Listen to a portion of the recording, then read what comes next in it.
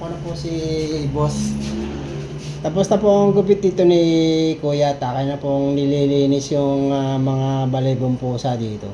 Tatanggalin ko na rin yung sa may pisngi, yung balibong pusa sa pisngi. Pati dito sa likod ng tenga. Lilinisin ko na rin po yung mga balibong pusa.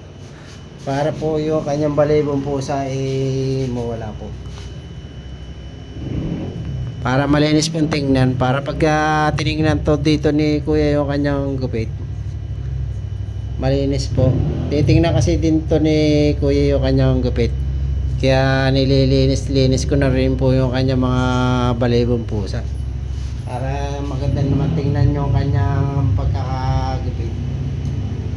Nililinis ko na po. Sige po, hanggang dito na lang po. Maraming po salamat po. Thank you po.